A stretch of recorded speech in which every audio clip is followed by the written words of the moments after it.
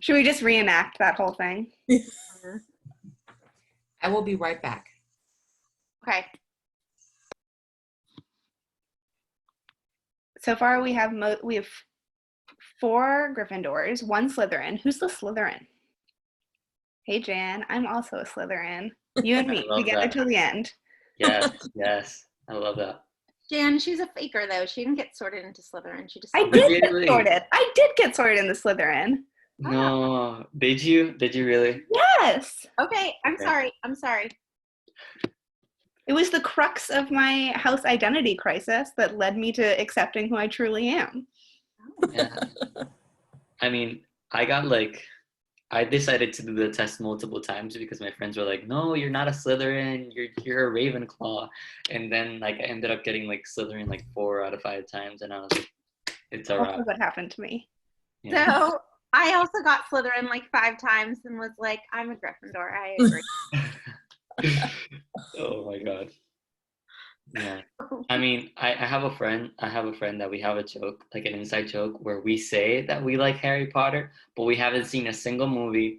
We haven't read any books, but we just know so much about it because we just read the wikis constantly. You haven't read a single Harry Potter book? No, but I know so much about it. It's just, I just know. So brave of you. It's so brave of you to admit that in front of all these people. I mean, it's the truth. I also, you don't know as much as you think you know. No, I probably don't. I'm going to be honest. Yeah, totally. So. I don't know why we're giving Jan such a hard time. He unmuted himself. Got it. Yeah. I mean, I'll read them. If you convince me, I'll read them. I mean, I'm in quarantine, so let's do it. Now is the time. It is the time. Nobody is putting that the housing system is a tool of oppression. You even put that answer into their mouths so that they could say it and please you, and nobody chose it. This is so fun. Honestly, I'm so excited for this. You don't know. I've been talking to Haley, my professor, about it ever since she mentioned it. I was like, I'm going on it. This is going to be great. So we're here. Excited to be here. So. Thank you. Yeah. Haley, we're waiting for you. Still wait? I just admitted one person about 30 seconds ago. So maybe let's pick on seconds. Everyone make sure you do the poll if you haven't already. There are 5 people who are living their best life in quarantine, just like me. Me too. Don't have to see anybody. I'm obviously worried about the world, but I'm like, why don't I just live like No, obviously so anxious and worried, and also I'm learning how to use pastels, you know? Yeah. That's awesome. Are you going to draw me something? I will absolutely draw you something. Samantha wants to know, how do we do the poll? Yeah. It should have just popped up, Samantha. Yeah. Brandon. I think it pops up in another window. So if you have multiple windows open, it might be one of them. I think we can get started. Great. Well, I'm Ariana Melman. And I'm Vanessa Zoltan. We are 2 of the co-creators of the podcast Harry Potter and the Sacred Text. Should we get Zoom etiquette out of the way? I just want to make sure we want to see if you have the capacity to raise your hand. Is there a button that tells you can? Not your literal hand. I know. Oh, such a good job of raising your literal hand, Nicholas. I'm just going to end the poll real quick. There should be, there's a thumbs up. That works for me. Great. We just shared the results of the poll. You're mostly Slytherin and mostly getting through. No, they're mostly Gryffindor. That's what I meant. That was a very Slytherin move, Ariana. Unfortunately, we shared the poll so everyone could see it. It would have been Slytherin to not share it and then just tell you all. Okay. Okay. We'll use a thumbs up, and then we'll ask you to keep yourself muted for unless we explicitly say, does anybody have a thought on that? that make sense? Practice your thumbs up. Does that make sense? Lots of thumbs up.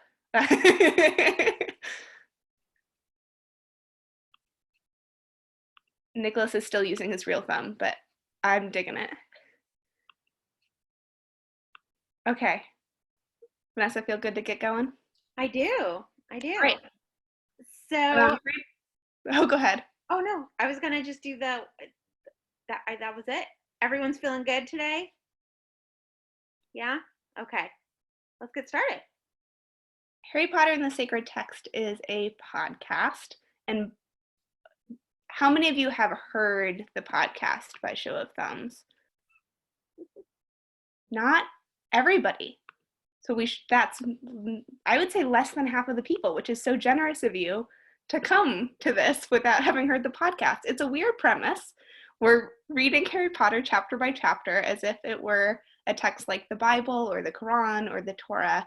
I'm the producer, and Vanessa is one of the hosts, and the other co-host, Casper. All three of us met in divinity school, and all three of us were really interested in finding spaces of spiritual meaning making for people who feel unaffiliated or unable to go to traditional religious institutions.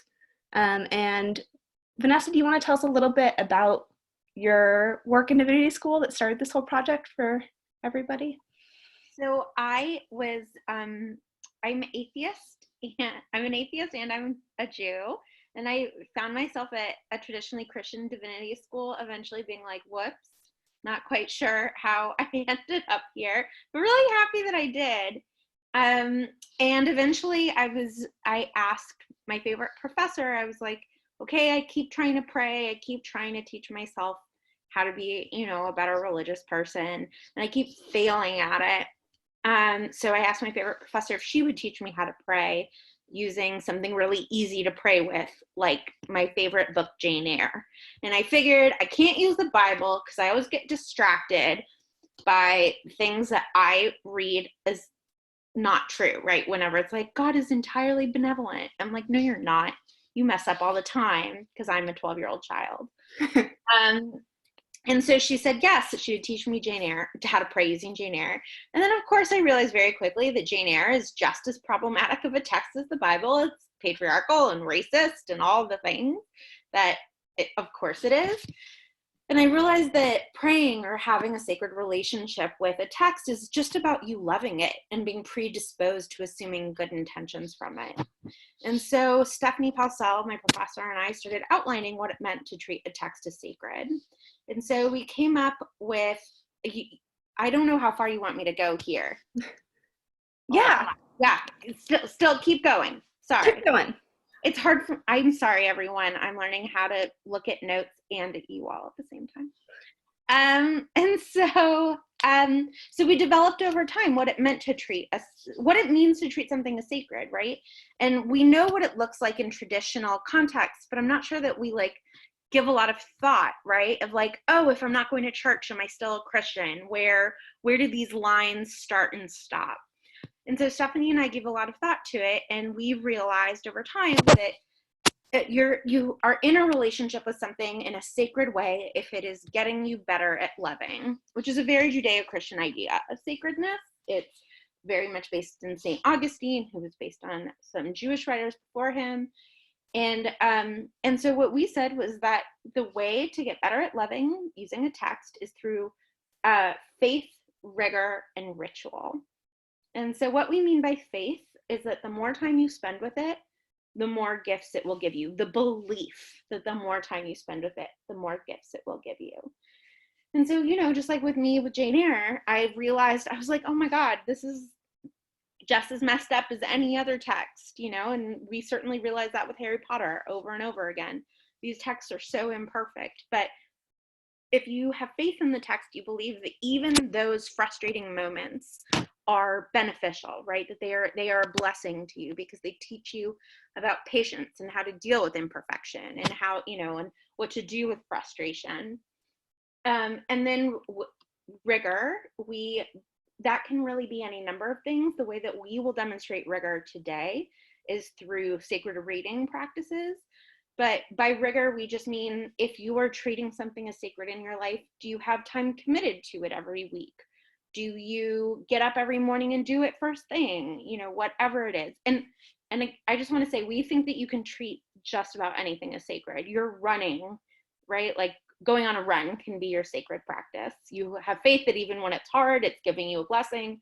You have a practice that you do it 4 days a week, no matter what. And then the last thing we say is community. And community is important for several reasons. One, it's important because, I mean, to use the running metaphor, like if you go out on a long run and get hurt, you need somebody out there with you. And you're more likely to get up at 6 a.m. on a rainy day and run if somebody is out there waiting for you in the rain, right? Like, and the same is true with any sort of sacred or spiritual practice. You need a community around with you to make, and also to make sure that you don't run too far, right? To make sure you don't become a zealot and get too fundamentalist in your own beliefs. And so eventually, Stephanie said to me, okay, Vanessa, you have to go out and get your community. And I was really hurt because she's my favorite person in the world. And I was like, I thought you were my community. Can't we just stay here together forever? And she said no. And so I started a class called Treating Jane Eyre as a Sacred Text, and sent a newsletter over. I was an assistant humanist chaplain at the time, so I sent a newsletter. And it was really beautiful. 4 people came. And we met every Tuesday night from 7 to 8:30, and we treated Jane Eyre as a sacred text. We read our way through the novel over 10 weeks. We did sacred reading practices. We would bless characters and really engaged in treating Jane Eyre as if it was a Bible. And then one week, my friend Casper came, and he said, oh, Vanessa, this is really cool what you're doing. I just think it would be even cooler if you did it with a book that people actually wanted to read. And I was like, that's so rude. What book do people actually want to read? And he said, Harry Potter. And I was like, oh, that's an okay idea. So we sent the same newsletter, same plan, except Wednesday nights now we would meet from 7 to 8:30. And instead of 4 people, 70 people came. And the lesson that Casper takes from that is that Harry Potter was a good idea. The lesson I take from that is that Wednesdays tend to be freer for people than Tuesdays, but to each their own. But ever since then, we have been treating Harry Potter as a sacred text in various ways. We had a class. We have over 70 local groups that now meet virtually, but until the coronavirus, we're meeting all over the world, including in Latvia and Australia and all over the United States. And then we have this podcast, Harry Potter and the Sacred Text, where we are working our way through the books. And it's like a pretty typical Bible podcast. We go through and read it chapter by chapter and treat it as sacred, only it's with Harry Potter and run by one atheist Jew and one British Anglican. And the thing we'll say about Harry Potter, not that it's just more popular than Jane Eyre, but I think what Vanessa was suggesting with Harry Potter like seemed really easy for people to wrap their head around, because it was something that a lot of people were already doing. People already had like rituals around like reading Harry Potter once a year, or like turning to it for comfort when they were sad, or even like using it to like talk about themselves and their beliefs in the world. Like it seemed really natural to a lot of people, and I think has made what we're trying to do really easy, because it just, people wanted to do what we were saying, and we were just giving them some of the language to articulate to themselves what they were doing. And I think some of the things we've heard from people is that Harry Potter makes them braver. You know, it keeps them company when they're like can't leave the house, and they need some, you know, like some way to feel like they're not alone, and that it like keeps them holding themselves to the highest standard, that like they want to be like Dumbledore's army in the world. So those are all the things that we also want to be in the world. So I feel like that made it a really ripe text for the kind of work that we wanted to do. Harry Potter and the Sacred Text is a podcast. We have several different sections within it. We read the chapter through a theme every week. So we use it as the chapter as a lens to talk about our own lives and a concept, be it love or regret or forgiveness. And the podcast always starts with Vanessa or Casper telling kind of a mini sermon on the theme and how they see it in their own lives. They do a 30-second recap of the chapter so that ostensibly, if you haven't read the book, you can still listen to the podcast, Jan. Yeah. And we do a longer theme conversation. It is important for you to say that that is theoretically true, but we are actually very bad at 30-second recaps. True. And we're going to do, actually, you and I are going to do 2 30-second recaps today. We'll see. So you will see how bad we are. It is a gesture towards being invitational, but we are poor at it. So you should still read the books. Yes. And we take a spiritual practice. Usually, I know that all of our spiritual practices are from the Judeo-Christian tradition, because those are the practices that we feel comfortable teaching and leading. But we also invite people from different traditions onto the podcast to talk about things that speak to them and speak to Harry Potter, kind of things that you could replicate from their traditions. And then we end with blessings. And blessings is kind of going to be the central idea that we're going to work with today. It was based on, I think John Donahue was the source. It was brought to us from Casper. And John Donahue, I have a quote from him on blessings that I want to bring in. He says, "A blessing is a circle of light drawn around a person to protect, heal, and strengthen."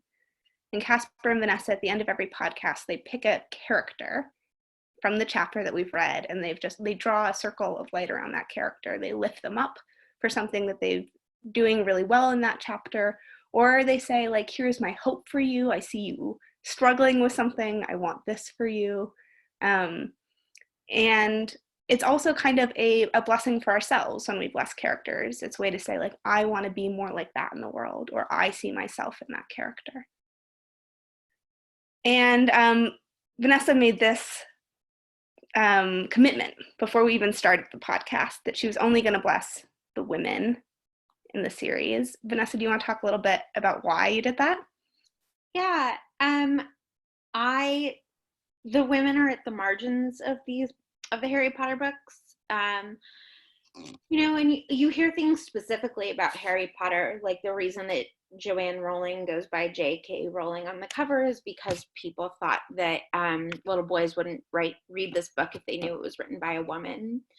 And she definitely made Harry the main character, not Hermione, for that same thing. And I think especially for books about war, right? We think of men at war, but women are just as much at war. They're just on the margins. And so I wanted to be drawing that circle of light. I wanted to be drawing our attention to the margins as much as we can in this like very white Anglo, male-centered book. And then there are chapters where the thing that I end up drawing attention to is that there are whole chapters without women in them. And I hope that is sort of drawing a light to the fact that there are like whole boardrooms without women in them and whole Congress meetings, committee meetings without women in them, and that those spaces are the poorer for it. And I would say that 99% of my feedback has been positive on that, and some people find it very annoying. But as we continued making the podcast and kind of put it in conversation with the world that we were experiencing as the podcast was coming out, we've been doing this for about 4 years now. Things like the Me Too movement started, and we started thinking that like we wanted to be making more space for that kind of explicitly feminist practice that Vanessa was doing just in like the last minute of the podcast. So what we did was we created a spin-off show from Harry Potter and the Sacred Text called Women of Harry Potter, where Vanessa and I spent a whole episode rather than just a minute blessing a woman of Harry Potter. And that is also the theme of today. We will both bless women in the books who are speaking to us right now, and hopefully also like give ourselves blessings and demonstrate that kind of practice that we think is really valuable as we read and think about literature as a source of spiritual meaning making.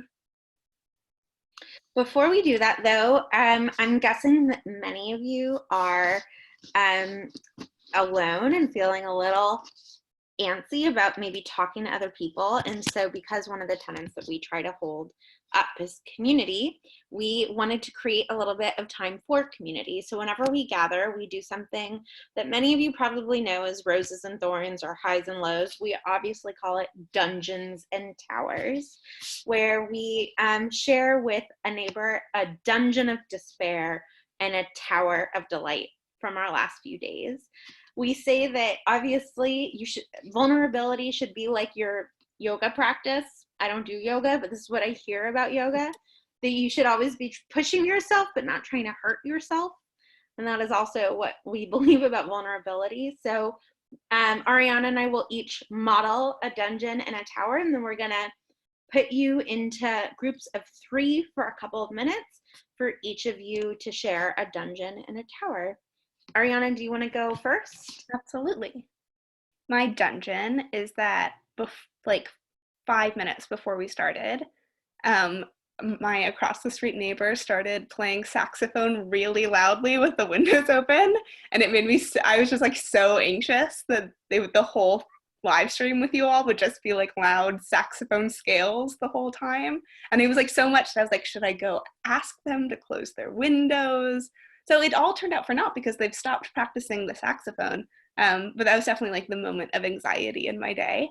And the Tower of Delight is that like they aren't very committed to their saxophone. Yeah, 5 minutes and they're done. Yeah. Yeah. Maybe they joined our live stream. Maybe they had to stop. So that makes sense. Yeah. My Tower of Delight is that I definitely have bulked up on a lot of things from the grocery store so that I don't ever have to leave my house. And I went a little bit wild and got a lot of things that I wouldn't normally get. But the thing that I'm most delighted about is sun-dried tomatoes, which I've literally never bought for myself before, but now I'm putting on every pasta, every toast, every breakfast. It's the best and a constant highlight. What do you put it on for breakfast? Like eggs and beans and sun-dried tomatoes. Got it. I'm so sorry. I apologize. What are your dungeons and towers, Vanessa? I was like on your cornflakes. Just very confused.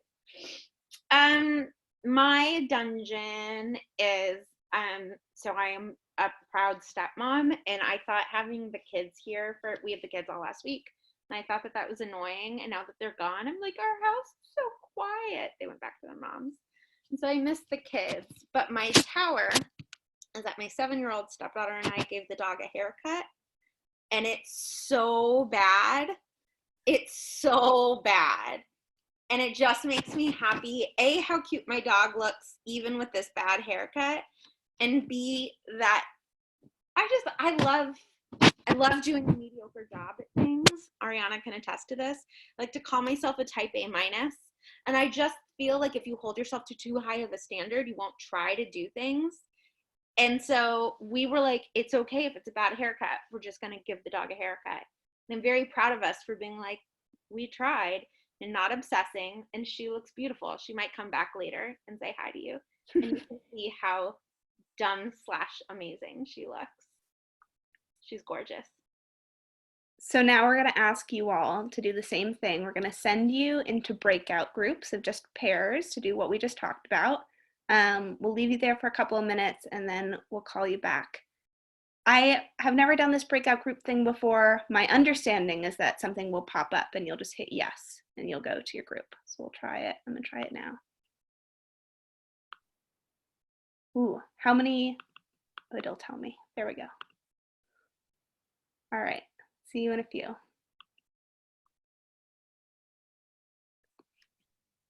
Is it working? Are people going to groups? They are. Fantastic. Boom, boom, boom. Josh, hit accept. Ashley, Brandon, Mohammed. Up. Ashley and Brandon don't want to. I know, but they're leaving Veronica and Violet by themselves. Uh-oh. Okay, I'm going to join. I might join one of them so they're not alone. Okay, I don't know how to. Okay. I also don't see how you. Oh, I see it now. Okay,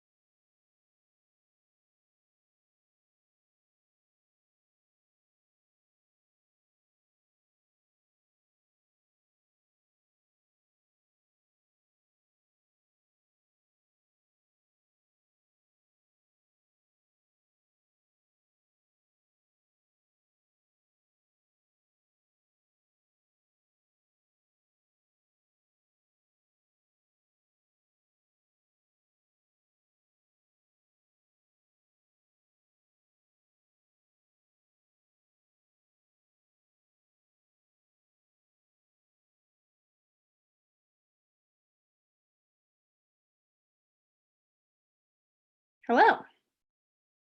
You've been having a riveting conversation with Brandon? No, I got sent into a room with 2 other people. Oh, so you left.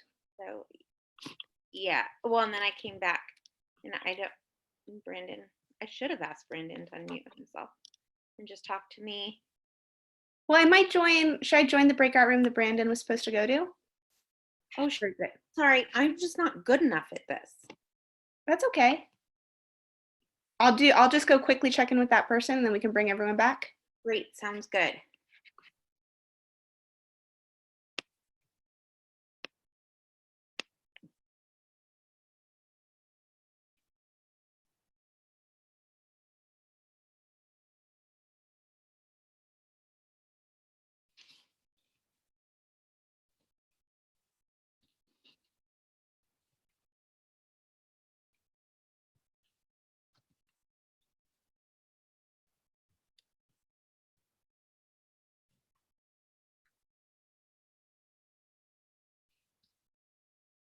Hi, Brandon. Brandon, if you unmute yourself, maybe?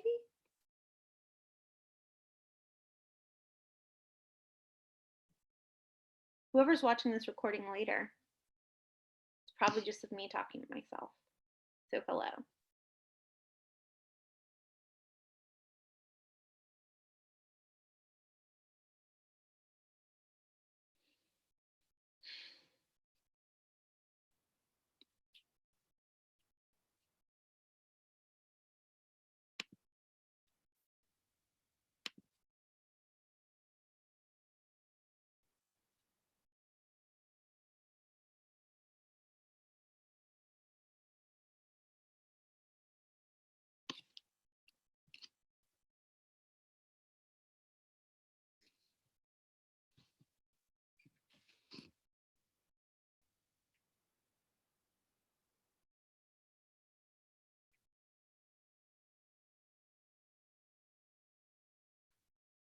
Hi.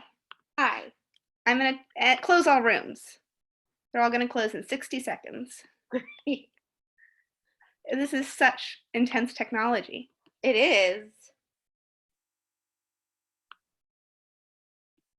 Okay, people are coming back. Great.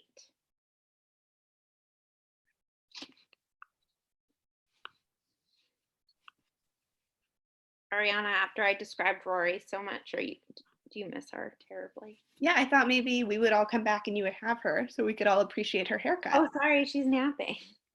That's allowed.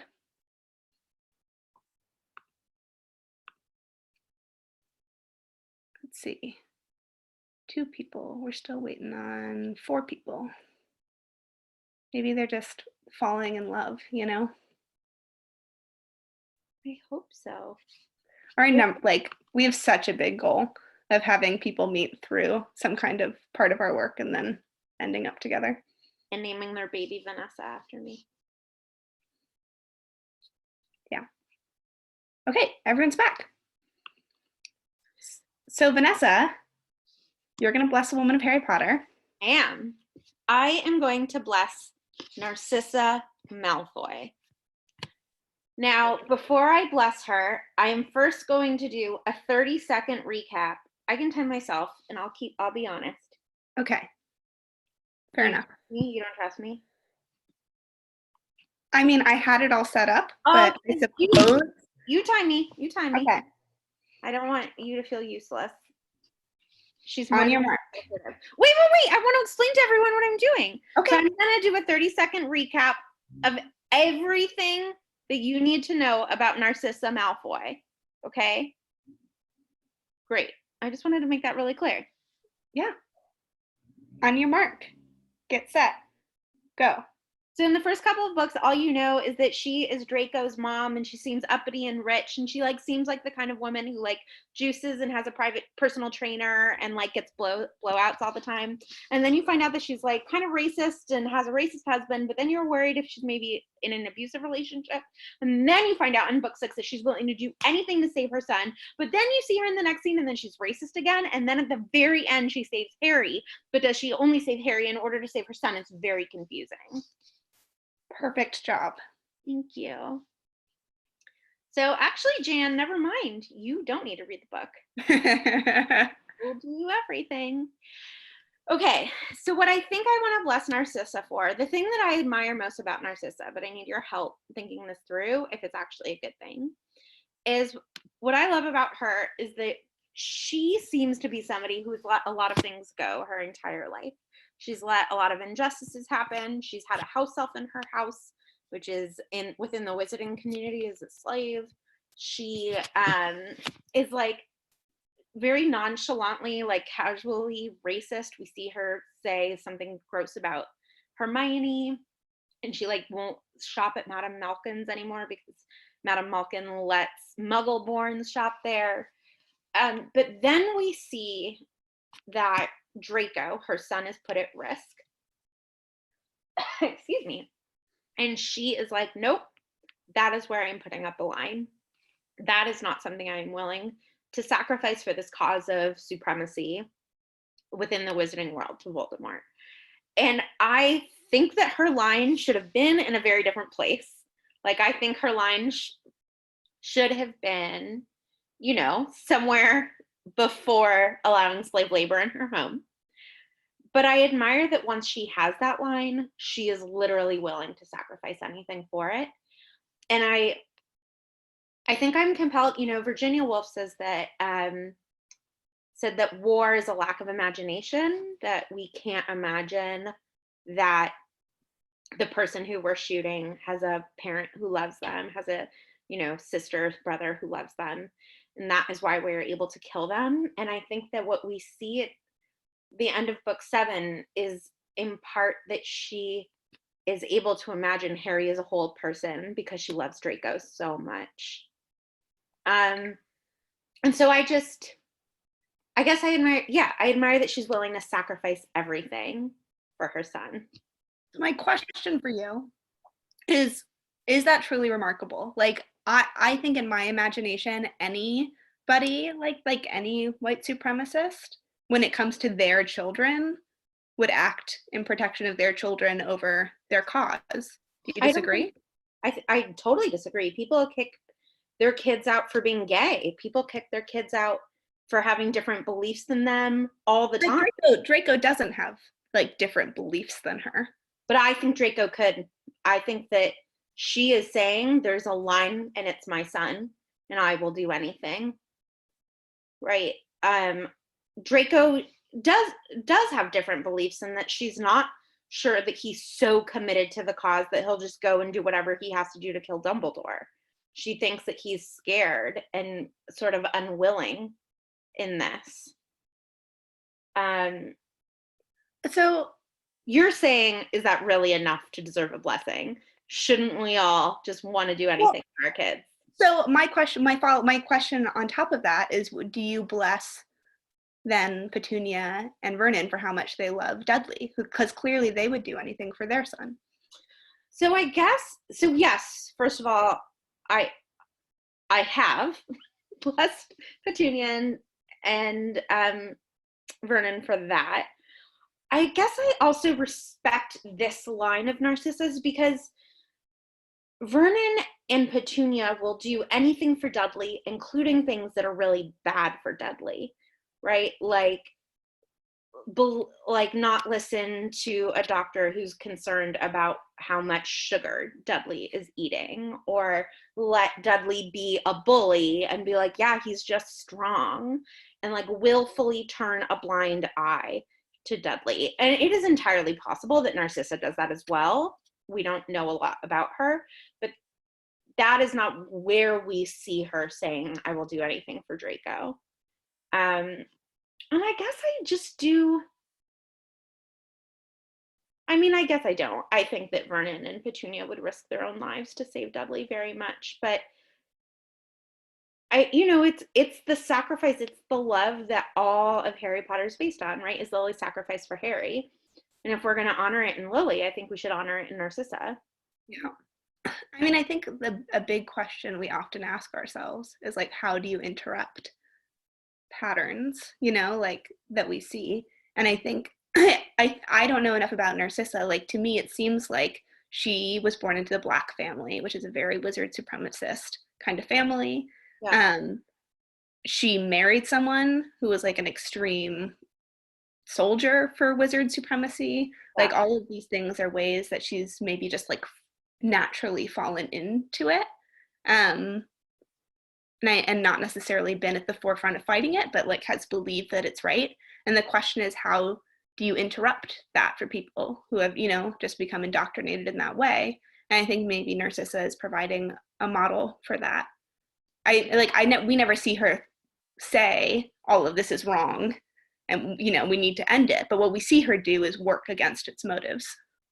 We see what we see in the text. I'll just read to you from the very end, which is she no longer cared if Voldemort won, right? That she still feigning death on the ground. Harry understood that Narcissa knew that the only way she would be permitted into Hogwarts and find her son was as part of the conquering army, and she no longer cares about the result of the war. And I guess I also just sort of love it as like, if only mothers were in charge of war strategy, right? Like, I am the grandchild of 4 Holocaust survivors, and so I'm not such a pacifist that I don't think that, like, we should have stormed Auschwitz. But I do think World War I, I think all war would be different if mothers were like, I don't care if you win your war, this is my child. And mothers often are put in circumstances where they have to sacrifice their children for causes. And Narcissa has the power and the opportunity and the privilege to say, not my son, not now. And it's also luck, right? Voldemort plucks her out of anyone. And like, we don't know why he picks her to go check if Harry's alive. But so it's very much luck. But I love that a woman is given the opportunity to say, my son is more important than your cause, than a cause that I was raised to believe, that I'm married to believe, that I've given my house to believe. And then, like, screw the cause, it's my kid. And that is exactly an interruption of the cycle you were talking about. And I think there's like a strong parallel with the fact that we have just seen Molly Weasley say, not my daughter, you bitch, right? Like we actually see this deep motherly love instinct on both sides of the war, however you want to read that. Is there something in Narcissa, like besides the ideological, that like speaks to you personally? Yeah, I mean, this is the most interesting chapter with Narcissa to me is sort of like obviously the Spinner's End chapter in book 6. And the sentence that gets me is, there's nothing I wouldn't do. And I'm scared that that's not true for me, right? Like, I would like to think that that is true for me. But, we were talking about at the beginning of this call with Haley, right? Like, we have an elderly person who lives next door who, like, we joke is our spy. Like, she spies on us all the time. And I like don't know if I should go check on her with the coronavirus, or if that would actually make her feel uncomfortable to have somebody who could get her sick knock on her door. And I just feel like we're often put in situations where we don't know what to do. And I admire that. I think that she could easily find this to be a situation where she doesn't know what to do, where her son is in prison. I mean, her husband is in prison, and her son has been assigned to kill someone, which will help get her husband out of prison. And I think that she could find this to be like a gut-wrenching, soul-tearing decision. And she's like, nope, I know exactly where my line is, and there is nothing that I wouldn't do. And I think there's something incredibly desirable about someone who knows, who exactly as you said, knows exactly like when to make the decision and how to make the decision and for what to make the decision. This is maybe going too much into our lives, but you're writing a book, and you sent me the first chapter of it to read, and I read it really recently. And the question that's driving the book, you say, is that for so much of your life, like, you didn't know how to make a decision. Like you didn't know what like moral center, what there was for you, and like what thing to turn to in times of crisis. And I think there's something so appealing about Narcissa, who has this like deep, strong moral center that she can turn to and say, is Draco in trouble? Okay, I know what I need to do. I need to put everything at stake for him. And yeah, I agree that's, I wish I had that in my life. Yeah. And I don't know if there's an easy way to do this, but how many of you have seen the movie or the play Doubt, which was like a big play and movie like 10 years ago? Thumbs up if you have. But there's this great scene. It's a play about sort of before most of the priest molestation scandals came out, but it's a play about this nun who has just a feeling in her gut that the new priest in her parish is molesting young boys. And she has so much less power than this priest. And they have this big confrontation scene where the priest says to her, like, you have no right. You are overstepping, obedience is one of your vows. And it's basically threatening her with hell. And she takes off her cross and she says, like, I will go to hell. And if you don't understand that, you mistake me. And for her, it's about protecting children. She's like, I will go to hell to protect children. And I want to be that. I want to be Narcissa, who's like Draco, or like, I don't care about hell. I will protect kids. And I'm profoundly scared that I'm not that. So yeah, I don't know. So what's my blessing for? For her like clarity of where her line is, right? Yeah. Do we want to do a spiritual practice? Yes. So I saved my favorite or my most confused Narcissa sentence for us to do a spiritual practice with.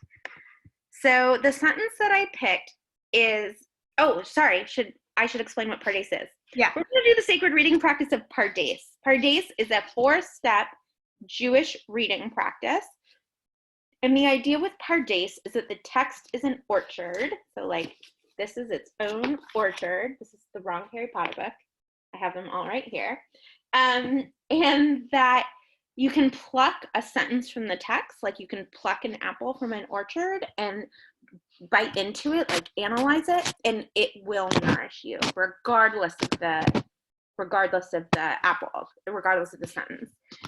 And so by following these 4 steps. And so we will walk you through the 4 steps.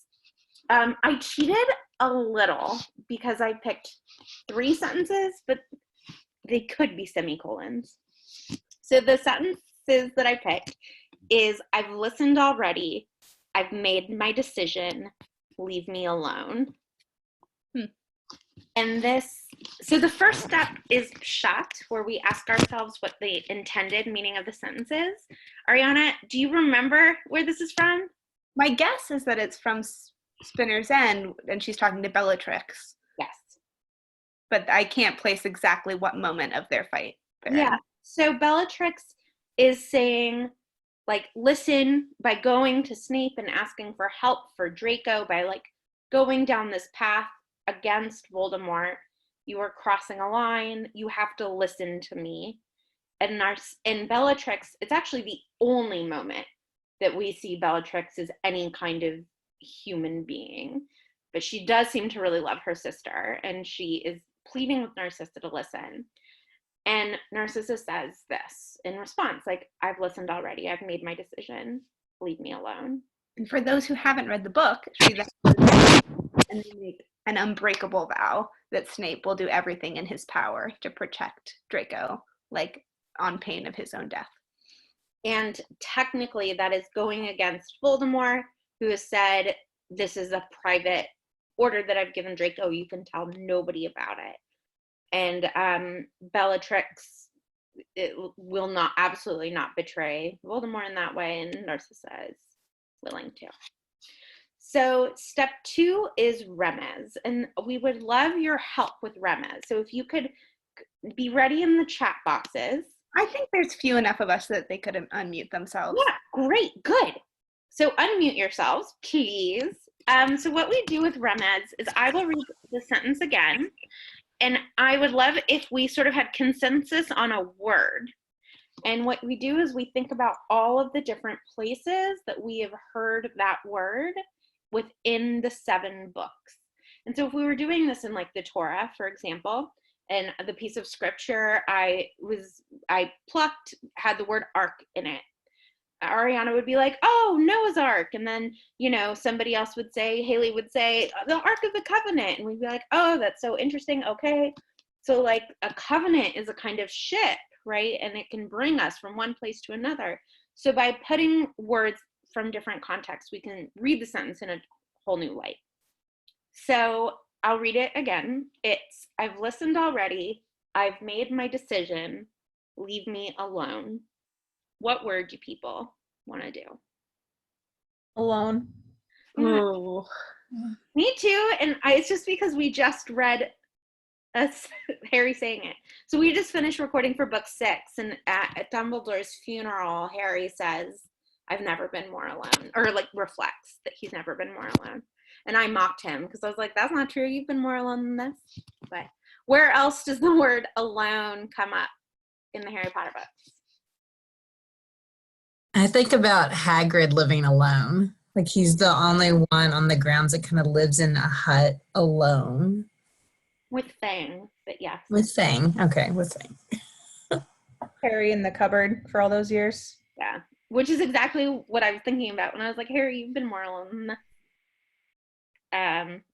Yeah, so Harry alone in the cupboard, Harry feeling alone after Dumbledore died, Hagrid alone. Hagrid's also alone in this like in between, like half giant, right? Like Hagrid is a very lonely character. I mean, there's so many times we see Harry alone.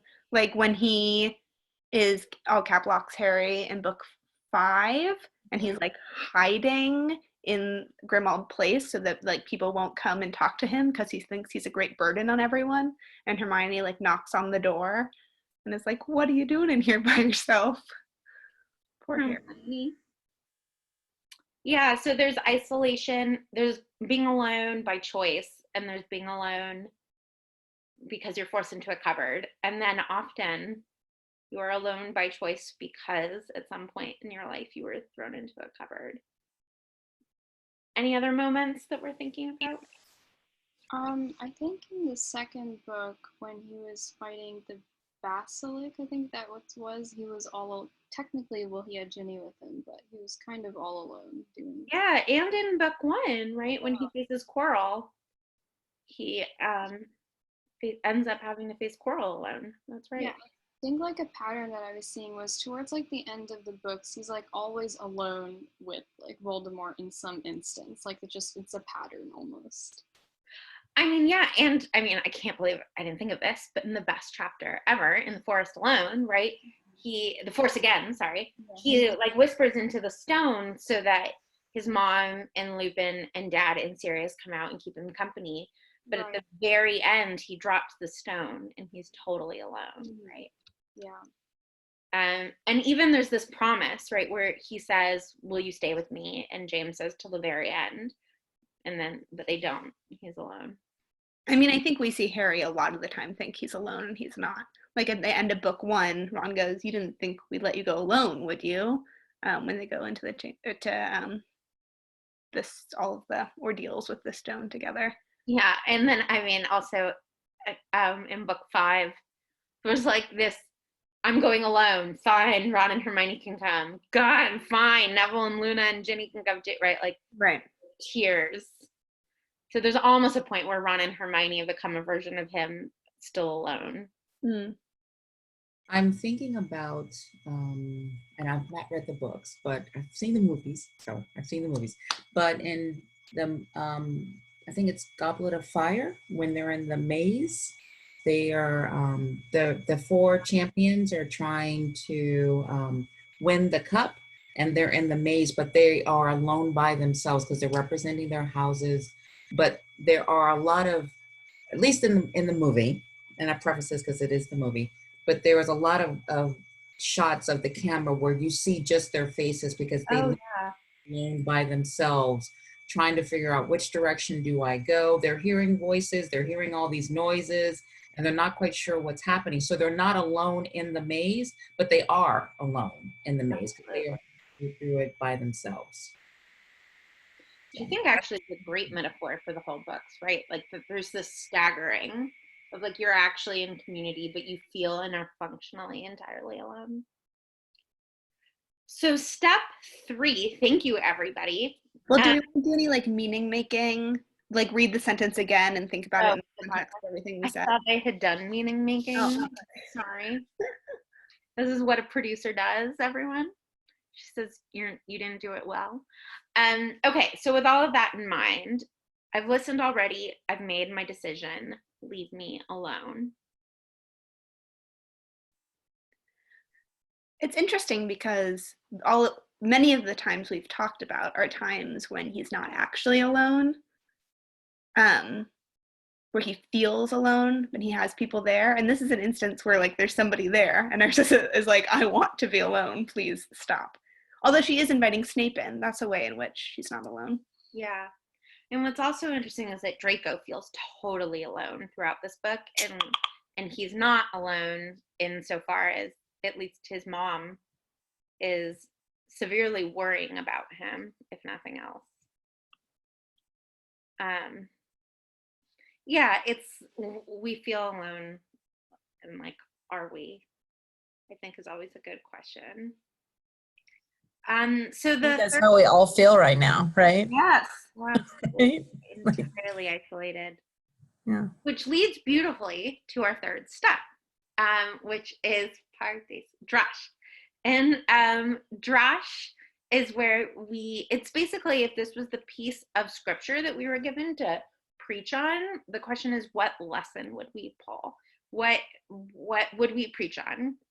And so, and once again, the sentence is, I've listened already. I've made my decision.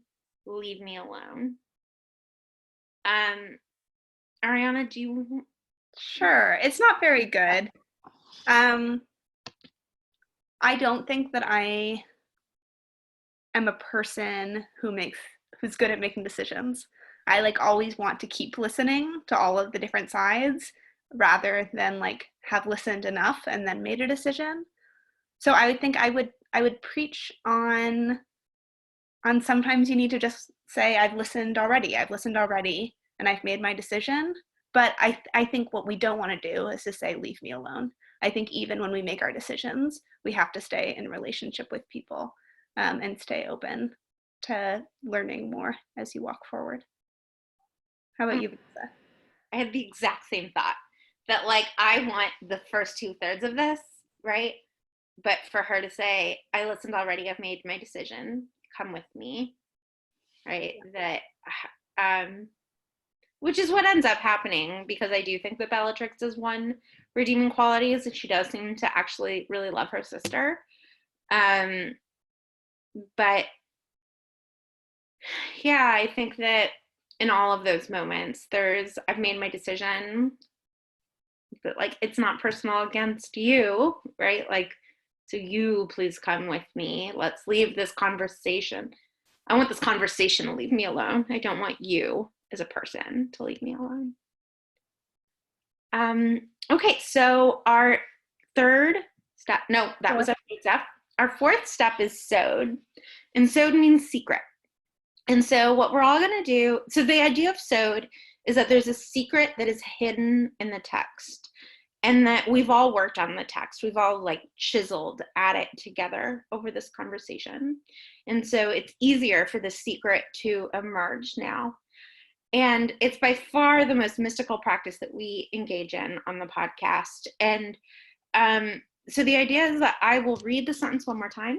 We will all just sort of sit in silence together for about 30 seconds, and we will see if a secret emerges. And Ariana and I will share what secrets emerge for us, and we would love to hear if any secrets emerge for you. So one more time, I've listened already. I've made my decision. Leave me alone.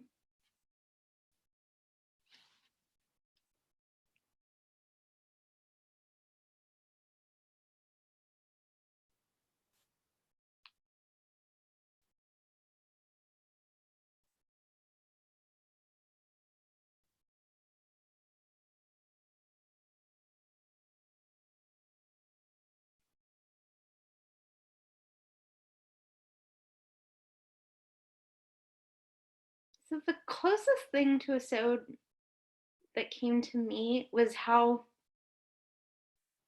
you don't have to stop listening to stay with your decision. right? That you can be like, look, this is what I'm doing, and still have decided that, have made the decision and keep listening. And I'm wondering the virtue of cutting off listening. So I reversed my decision from my drosh and decided that leave me alone can be a good thing to say. Especially because she doesn't say, I want to be alone, but she says, you leave me alone. And then she goes to Snape, who she doesn't want, she doesn't want to be alone. She wants to be with Snape, but Bellatrix is toxic to her and is only causing her to stumble on this path that she needs to go on. And I think that that's okay. Anybody else have sods that came to them? I think that by like the few sentences that we looked at is like it's really important to realize that yes, there's strength in numbers and listening to people, and other people can definitely like lift you up and build you up, but it's also really important that if you're going to be in a group like that, you need to have your own strong moral values, and you need to know like, okay, this person's values don't align with mine, and that's okay, and I'm going to go down my own path and do this myself. Yeah. Amanda, did you raise your hand? Yeah. I kind of had something along the same thoughts as you, that in certain instances, or in this specific instance, it was actually a really brave thing to say that she realized that person isn't going to help her. And like you said, toxic, like there can be abusive situations. You're like, no, I have to stop listening to you. I can't be near you anymore. I need to get out. So in instances, saying, I'm done, leave me alone, is actually really brave. Yeah. What do you think, Vanessa? Anybody else? Jan raised his hand. Oh, Jan. Yes. So as the one person probably, or one of the few people here who has not read the books, has not seen the movies, what I got from it was basically that you can receive as much guidance as you may want, but it's dangerous to sometimes receive an overabundance of guidance. And sometimes you need to understand that only you will make the decision for your life, and you must abide by its consequences instead of trying to continually shelter yourself in someone else's guidance or advice or whatever they're telling you. And I saw that being enacted in that little verse quotes thing. So yeah, that's what I got from it. I love that. Me too. I kind of took it through the lens of like depression talking to you. So, and that's what you're saying back to it. Like, leave me alone. Like, I'm here, I hear, but this, like everyone else has already said about something toxic coming at you. Maybe it's not an actual person, but it's just like something within yourself. Yeah, absolutely. Like, stop. I don't need that thought. Leave me alone. That's great. Okay. Ariana, do you want to bless someone? Oh, wait, no. I have a quiz. You have a quiz for me. I do have a quiz for you. I thought maybe you cut it because we were. No. We are. We'll have to speed through your blessing. That's fine. I do. So Women of Harry Potter, the podcast, the spin-off podcast, we end every episode with a kind of fun, silly quiz based on whoever it is we're blessing. We just can't, at the end, cut off my quiz. Right. We'll do the quiz no matter what. Yeah, great. And so I was tasked with writing a quiz somehow related to Narcissa. And I was thinking, okay, Narcissa, Black family tree, all of this wizard supremacy, very interested in genealogy.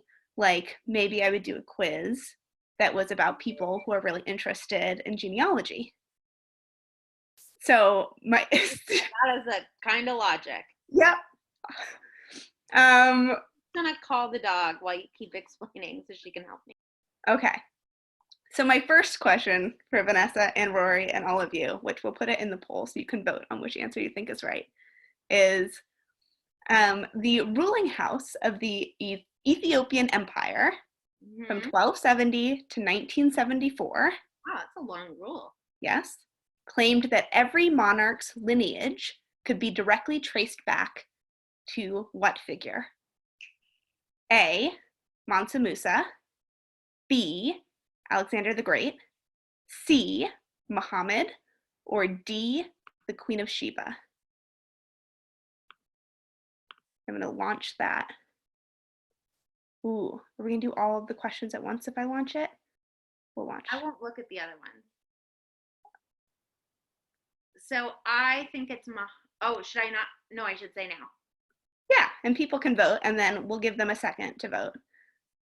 I want it to be the Queen of Sheba, so that is my guess.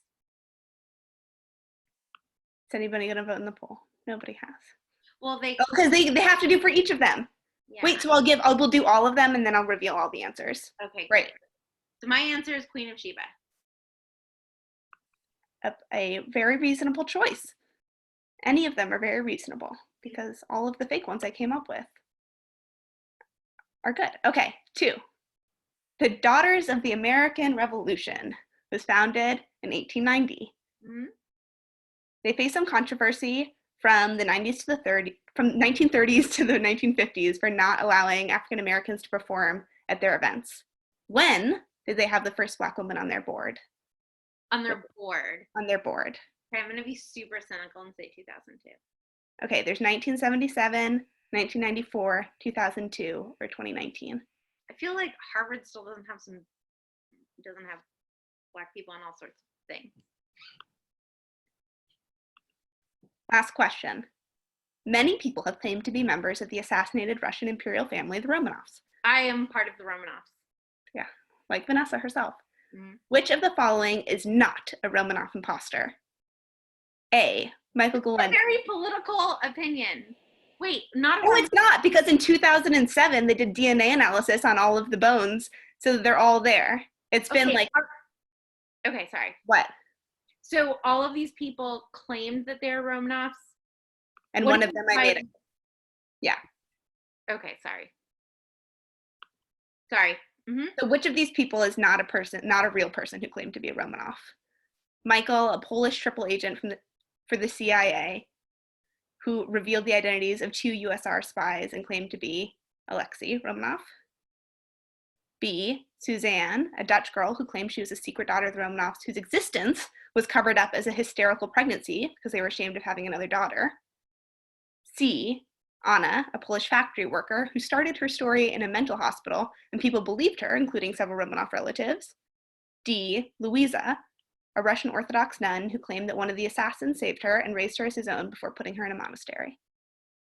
I think the answer is Anna, and you're hoping that and there's like an Anastasia, the movie with John Cusack and Meg Ryan connection. Okay. She's the lost princess of the Romanovs. Have people voted? Does anyone need more time to vote? No one needs more time to vote. We're going to end the poll. Okay. Number 1. The people said that it was Mansa Musa. You said it was the Queen of Sheba. You were right. It's Queen of Sheba. Queen of Sheba and Solomon. And that's also where like the idea of Jewish Ethiopians come from. Like, yeah, that makes sense. I didn't think of that, but that makes sense now that you say it. That's why I didn't put Solomon. I thought if I put Solomon, you'd be like, oh yeah, Jewish Ethiopians. Daughters of the American Revolution, the people were so hopeful for them and said 1994. You said 2002. The real answer is 2019. Yeah, I wasn't even cynical enough. 1977 was when they had their first member. Yeah. There was a tie between Susanna and Louisa.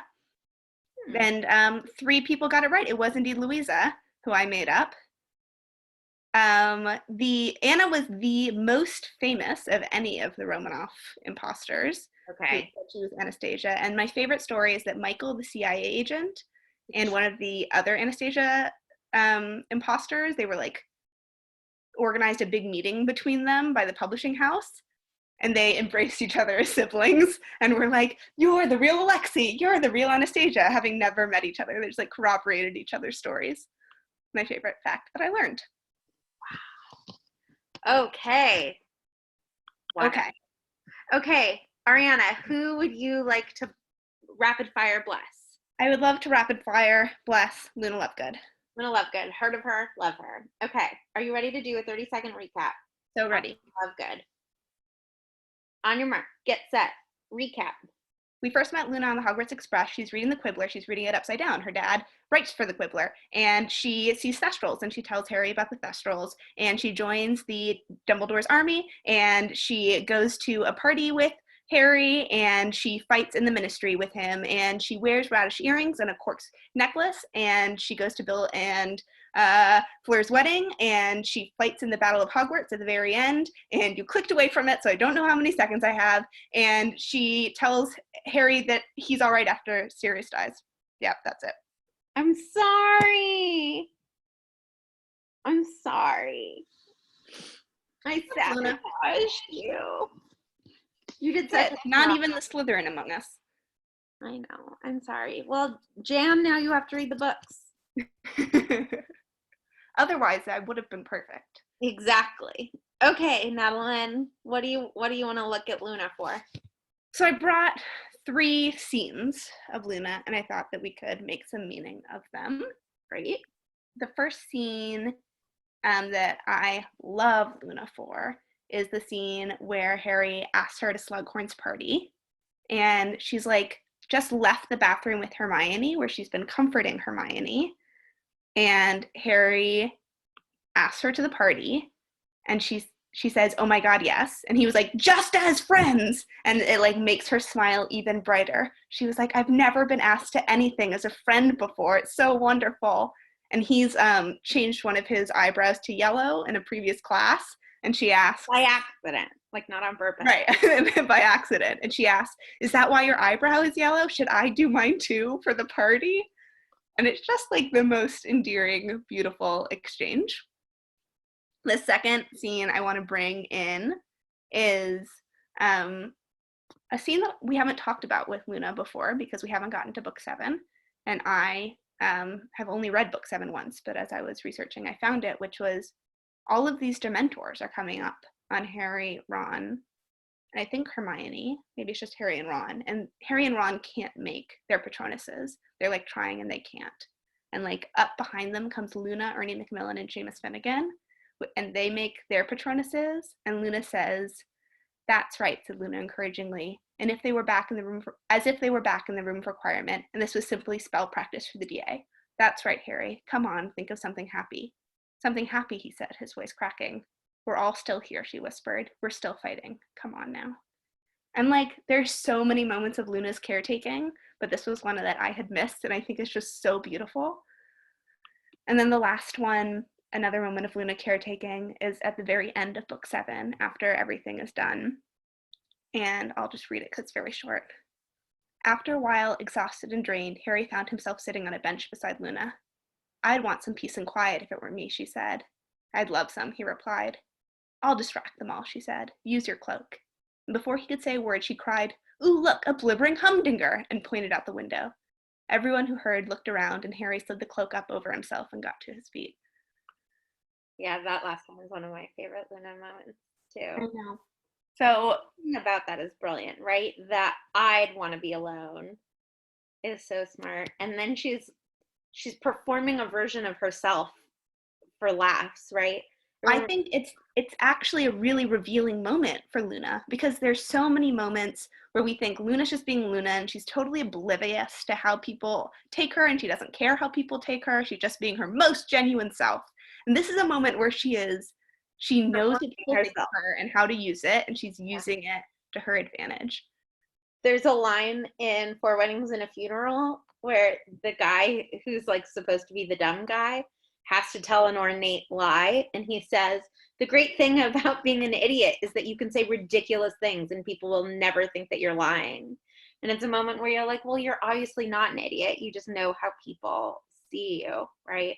And I think and there's this moment with Hermione at book 1 where Hermione, when they fought the troll, and Hermione says, "I went after the troll. I had read about it in a book and thought that I could fight him." And that's the exact same thing that we love in Hermione, is like the knowledge that everyone has an image of her that she can play into for her advantage. Yeah. So I think the thing that I love about Luna on this rereading, obviously, is her caretaking, but also like the calmness of her caretaking. I think she's often described as like serene. And I think that kind of presence, and I guess we've talked about this with Luna before, is like, it's like a calm presence is the perfect kind of companion.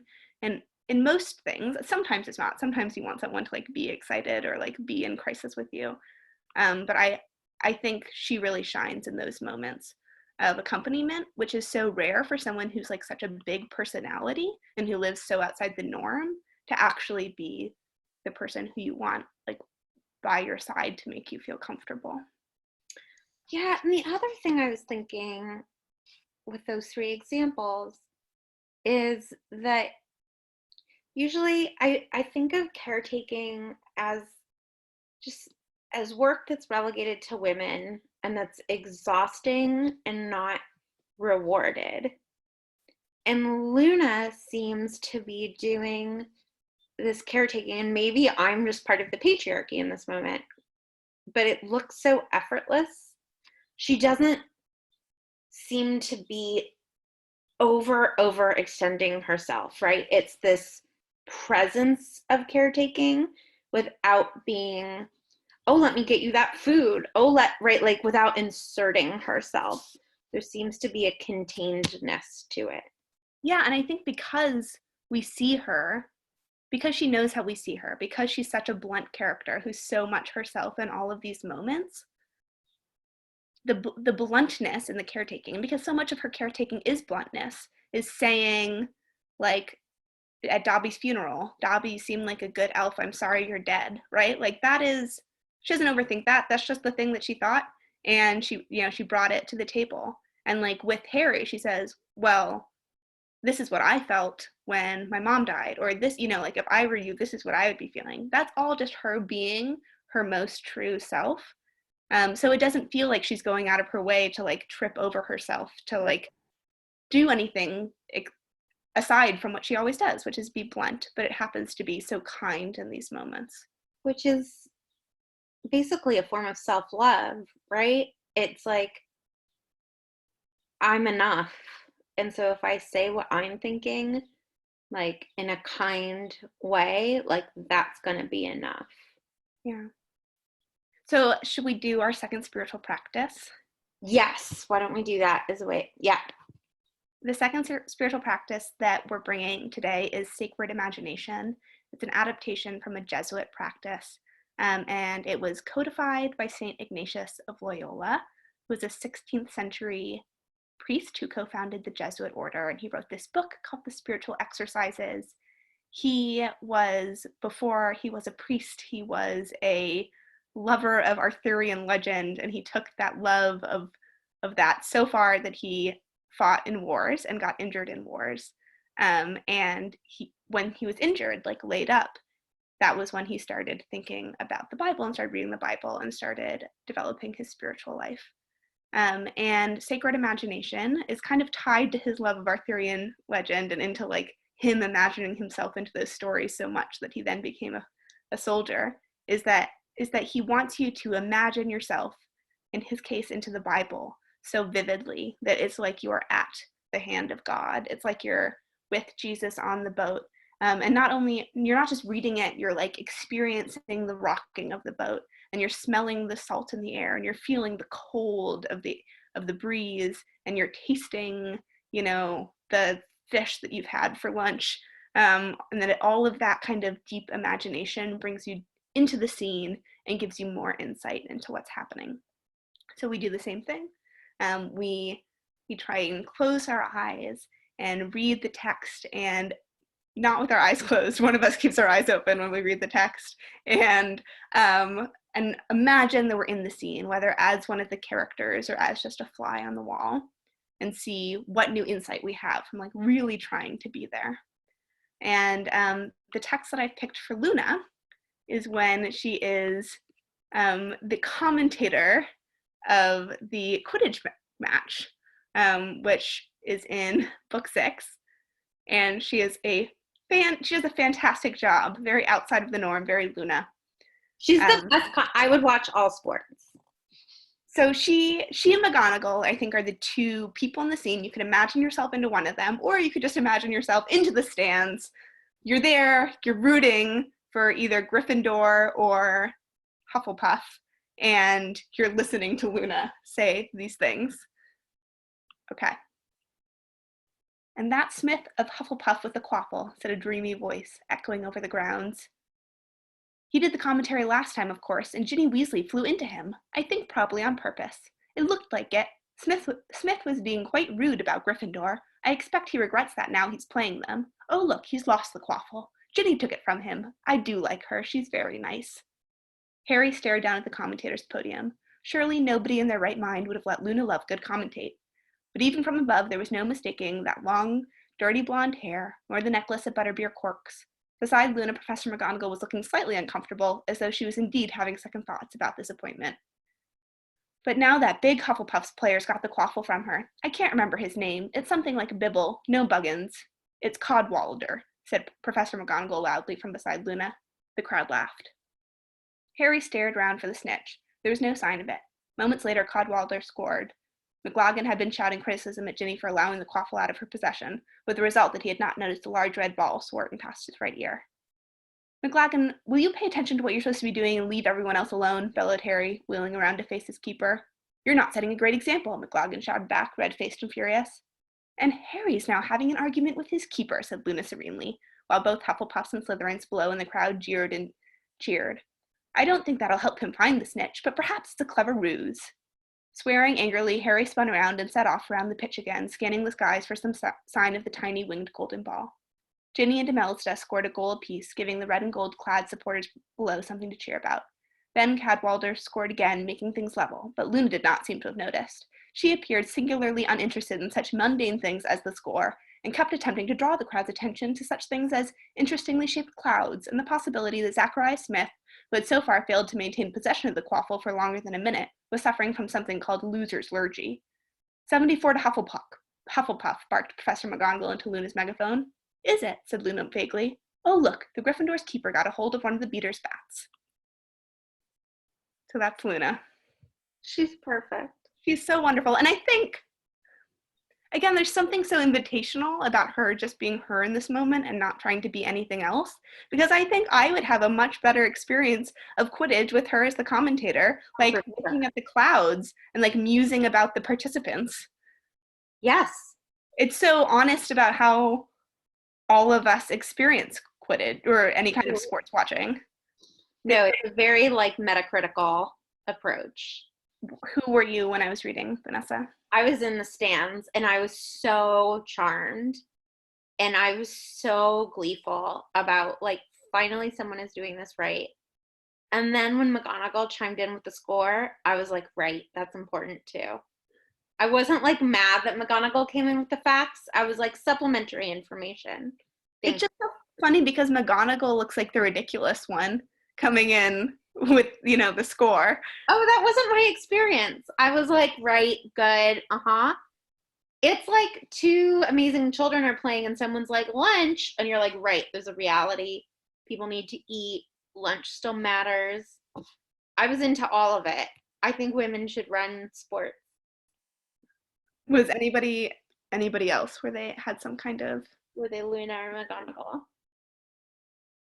Or annoyed, being like, Luna, shut up. Actually, don't reveal yourself if that was you.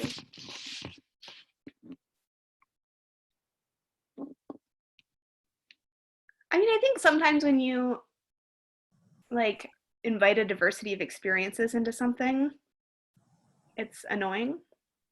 Because like everyone is just wants different things and expects different things and like there's no agreement.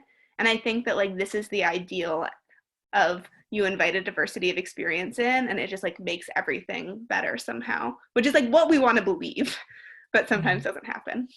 That's so well said.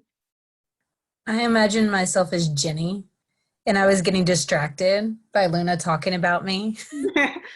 She's talking about me. That's why I did bad, but I'm going to get better at this. Yeah, that's really funny to think about too. Yeah, I mean, it's funny that I'd never really thought about the commentators being for the players before, but she's definitely distracting the players by musing all kinds of things about them. I love it. But if you're a good player, you know how to tune that out. It just makes it more complicated. Up the rigor. Ariana, so we have time for this quiz. How would you like to re-articulate your final blessing for Luna? Oh, I don't know. She's just so wonderful. But that's not good enough. No, I know. I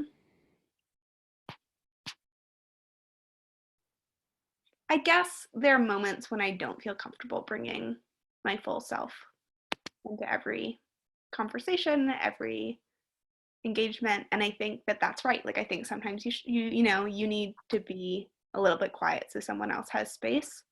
But I think I err on the side of trying to quiet myself and like be as polite and demure as possible. And I think I should err on the other side, that like if I'm a little too loud sometimes, that's probably better than being a little too quiet. Amen. It's not true for everyone. Most people should stay quiet, but you should talk all the time. Okay, well, I did a quiz. Now I'm trying to remember how I got here in my head, what this had to do with Luna. How did I justify this as a Luna quiz? I don't know, but I did. Mary Magdalene? No, I talk about the Virgin Mary. Oh, that there are like wonderful women right in front of us, but they are hidden. Okay, so there is a 21st century theory that actually women were in priest positions up until like the 5th or 6th century, and that the Catholic Church is trying to hide it.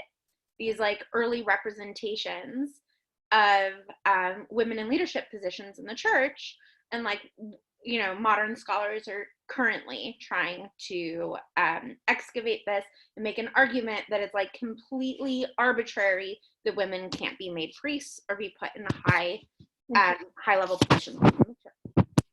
Okay, so there is this very famous mosaic that is in Rome, and it is of the Virgin Mary offering the Eucharist. It is from the 6th century. It is currently hidden, so you can't see this. Art historians know it's there, but you can't see it in the church. How did the church hide it? They reshaped Mary's hands to make her pose look more demure, like she's praying instead of like she's offering the Eucharist.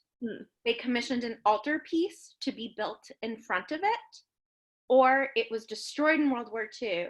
And while they rebuilt the rest of the church, they didn't redo the mosaic. Definitely A. Okay. And I'm not going to tell you, right? Right. We're going to keep going. Okay.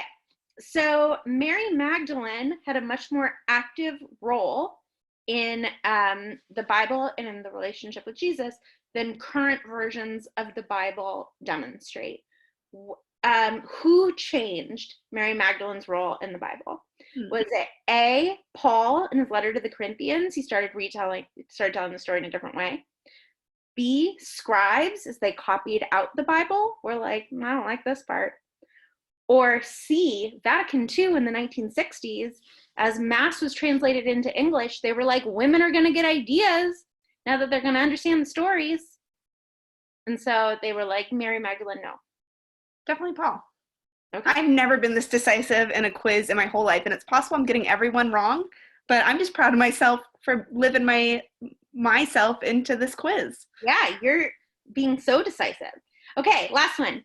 Women were definitely leaders in the early church. They were offering Eucharist. They were doing baptisms. When did it change? As soon as Jesus was crucified, they were like, you weren't one of the apostles, get out. At the fall of Jerusalem in 70 AD, or in the Reformation, during the Reformation. It's great. See, now I'm going to waffle. I'd say the fall of Jerusalem. Okay, so the answers were. Wait, should we end the poll? Has everyone voted? Oh, yeah, sorry. Let's end the poll. Okay. So I'm going to say 1, I said A. Most 4 people said B. Yes, they commissioned an altar to be put in front of it. They built a whole They put an altar in front, this huge marble altar in front of it. And they would destroy the altar, which is why they can't move it. I think it's just big and part of the building I now. see. Like it's a huge stone altar. I'll send you the article. Okay, to the scribes. Scribes were like, just gonna not include that part. Wow. Rory got upset that I was yelling, so she finally came my joy. Come say hi to everyone. Okay, and then the last one, you were right, the fall of Jerusalem. Well, I got one right. Got 1 out of 3, which is winning. How many did you get it right? One. You got one. I got 1, so we both won. Oh, I love when that happens. Me too. And Rory came right at the end to say goodbye. Well, thank you everyone for joining us. Can I just say Rory's middle name is Hermione. Very appropriate. Woman of Harry Potter. I guess what we would have hoped to have demonstrated, is that spending more time with these characters, with the text, doing these practices is a way that we spend more time thinking about our values and what matters to us and how we want to live better in the world. And that you can do this with Harry Potter, it's so easy, but also you can do it with anything you love, and that it's better when you have a friend along who can challenge you and tell you to do a better blessing. Then she's wonderful. Thank you all so much. We hope that you are better at loving after blessing the women of Harry Potter with us. And thank you so much for having us. This was such a fun, nice way to break up quarantine. Absolutely. We hope to come and meet you all in person one day soon. Yeah, we hope to have you in Orlando soon. I want to thank everyone for coming out. And if you're watching this as a recording, we're so glad that you've watched it.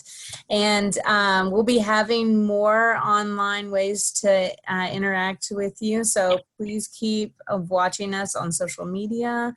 And we're so glad that you're here. So thanks for coming out. Out of fact, we rented a hotel with a pool. Yeah, we were so excited to come. We were. Oh, Bye, everyone. get to come soon. Thank you, Haley. Of course.